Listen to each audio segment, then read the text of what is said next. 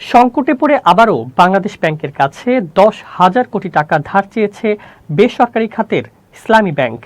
Chairman নিয়োগকে কেন্দ্র করে বিতর্ক ও চলমান আন্দোলনের মধ্যে গত এক সপ্তাহে ব্যাংকটি থেকে গ্রাহকরা 5,000 কোটি টাকার বেশি আমানত তুলে নিয়েছেন বলে সংশ্লিষ্ট সূত্র জানিয়েছে।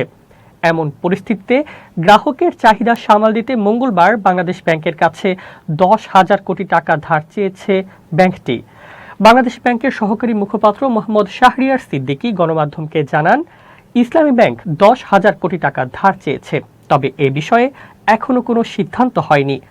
ব্যাংক সূত্রে জানা গেছে, গত 31 মে থেকে 7 জুন পর্যন্ত ইসলামী ব্যাংকের আমানত কমেছে 4,204 কোটি টাকা।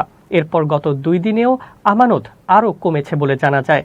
ঈদের আগে শেষ কর্মদিবসে ব্যাংকটির চেয়ারম্যান এম জুবাইদুর রহমান পদত্যাগ করেন। একই দিন বাংলাদেশ ব্যাংকের সাবেক ডেপুটি গভর্নর মোহাম্মদ খুরশিদ আলমকে নতুন চেয়ারম্যান হিসেবে নিয়োগ দেওয়া হয়। এরপর থেকেই সচেতন গ্রাহক ফোরামের ব্যানারে চেয়ারম্যান অপসারণের দাবিতে রাজধানীর দিলকুশায় ইসলামী ব্যাংকের প্রধান কার্যালয়ের সামনে আন্দোলন চলছে। গ্রাহকদের যৌক্তিক আন্দোলনের সমর্থন দিয়েছে বাংলাদেশ জামায়াতে ইসলামী। টানা কর্মসূচির কারণে অনেক গ্রাহকের মধ্যে উদ্বেগ তৈরি হওয়ায় তারা আমানত তুলে নিয়েছেন বলে সংশ্লিষ্টরা মনে করছেন। আজ মঙ্গলবারও নবম দিনের মতো কর্মসূচি পালন করা হয়। এতে অংশ নেওয়া গ্রাহকদের অভিযোগ, আর্থিক অনিয়ম ও বিতর্কের সঙ্গে জড়িত ব্যক্তিকে চেয়ারম্যান নিয়োগ দেওয়ায় তারা আমানতের নিরাপত্তা নিয়ে উদ্বিগ্ন।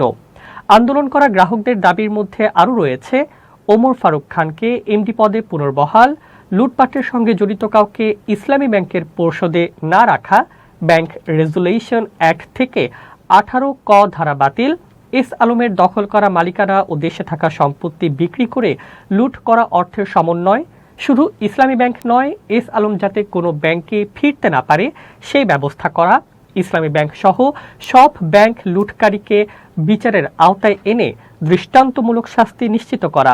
জানা গেছে, শেয়ার বাজার থেকে নামে বেনামে শেয়ার কিনে সামরিক গোয়েন্দা সংস্থার সহায়তা ও রাষ্ট্রীয় পৃষ্ঠপোষকতায় 2017 সালে ইসলামী ব্যাংক দখল করে এস আলম গ্রুপ।